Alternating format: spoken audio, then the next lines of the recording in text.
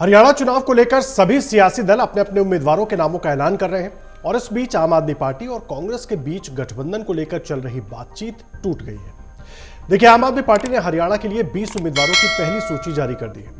सोमवार की सुबह आम आदमी पार्टी की तरफ से कांग्रेस को कहा गया था कि कांग्रेस शाम तक फैसला करे गठबंधन को लेकर, नहीं तो हम लिस्ट जारी करेंगे।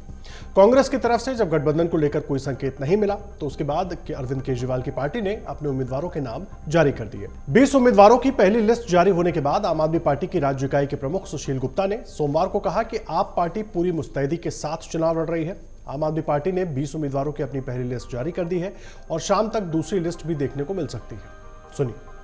देखिए, आम आदमी पार्टी पूरी मुस्तैदी के साथ इस चुनाव को लड़ रही है।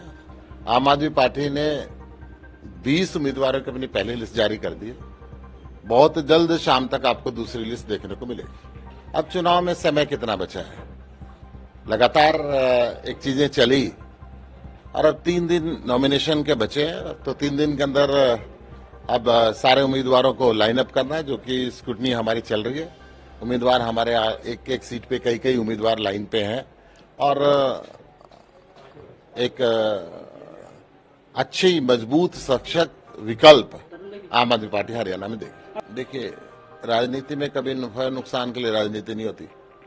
आम आदमी पार्टी एक व्यवस्था बदलने की राजनीति लड़ाई लड़ रही है और आम आदमी पार्टी का एक एक कार्यकर्ता पूरे संयम के साथ मैदान पे डटा रहा।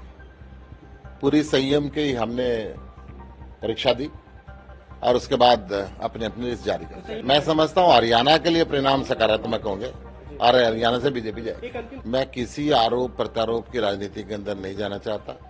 मैं हरियाणा की व्यवस्था को बदलने की लड़ाई को हम लड़ रहे हैं और आम आदमी पार्टी उसके अंदर कामयाब होगी। आप भी चुनाव लड़ने जा रहे हैं कि पहली सूची में आपका नाम मुझे नहीं है। ये पार्टी का निर्देश होगा। पार्टी मेरी ड्यूटी अगर 90 विधानसभाओं पे लगाएगी तो मैं 90 पे रहूंगा और मेरी ड्यूटी 1 पे लगाएगी तो मैं 1 पे रहूंगा। वहीं आम आदमी पार्टी के वरिष्ठ नेता संजय सिंह ने कहा कि गुप्ता और संदीप पाठक समेत पार्टी नेताओं ने पहले ही कहा था कि उम्मीदवारों के नाम को अंतिम रूप देने की प्रक्रिया पूरी हो गई है और जैसे ही पार्टी के राष्ट्रीय संयोजक अरविंद केजरीवाल से मंजूरी मिलेगी, पार्टी चुनाव लड़ने को तैयार रहेगी। सुनिए।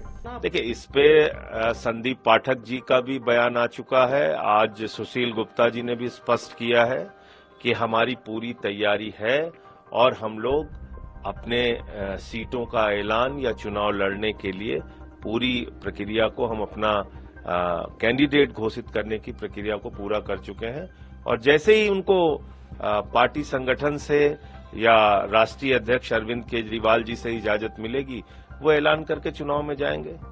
एक राष्ट्रीय राजनीतिक दल है आम आदमी पार्टी। हरियाणा में हमारा एक मजबूत संगठन है, तो उसको लेकर संदीप पाठक जी, सुशील गुप्ता जी, हमारे दोनों नेताओं ने इस बारे में बयान दिया है। अब जैसे ही केजरीवाल साहब का और पार्टी का निर्देश मिलेगा उनको, वो जो कह रहे हैं उस हिसाब से आगे बढ़ेंगे। 12 तारीख तक ही तो नॉमिनेशन है ना, इसीलिए तो अगर आप सुशील गुप्ता के बयान की बात कर रहे हैं कि वो शाम तक इंतजार करेंगे और लिस्ट आज जारी कर देंगे, तो फिर हमारे पास भी समय नहीं है। उनकी बात अपनी जगह सही और जायज है। मैंने आपको कहा कि जो संगठन का, पहले दिन भी मैं यही कह रहा था, फिर आज दोहरा दे रहा हूं, जो लोग संगठन का काम जमीन पर कर रहे हैं वो राष्ट्रीय अध्यक्ष श्री अरविंद केजरीवाल जी से, दिल्ली के मुख्यमंत्री आदरणीय अरविंद केजरीवाल जी से चर्चा बातचीत करके निर्णय लेंगे और आगे बढ़ेंगे। उसमें हम सब सहमति के साथ आगे बढ़ेंगे।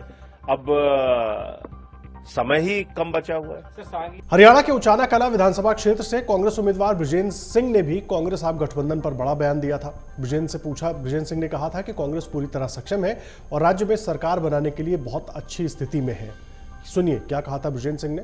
पहला तो पार्टी को और पार्टी के नेतृत्व को मैं धन्यवाद करना चाहूँगा कि उन्होंने मुझे पार्टी का टिकट उचाना कला से दिया और जहाँ तक लोगों की बात है, जहाँ तक क्षेत्र की बात है, तो ना तो क्षेत्र मेरे लिए नया है, ना मैं उनके लिए नया हूँ।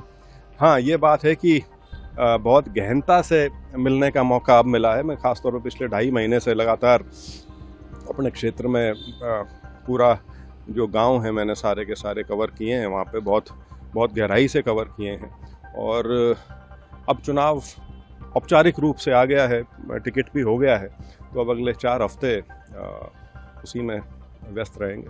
नहीं, इसको दो स्तर पे देखना पड़ेगा हमको, क्योंकि जहाँ तक प्रदेश की राजनीति का सवाल है उसमें एज सच कांग्रेस अपने आप में पूरी तरह से सक्षम है और आज के दिन बहुत ही एक अच्छी स्थिति में है बहुत बड़ा बहुमत के साथ सरकार बनाने की।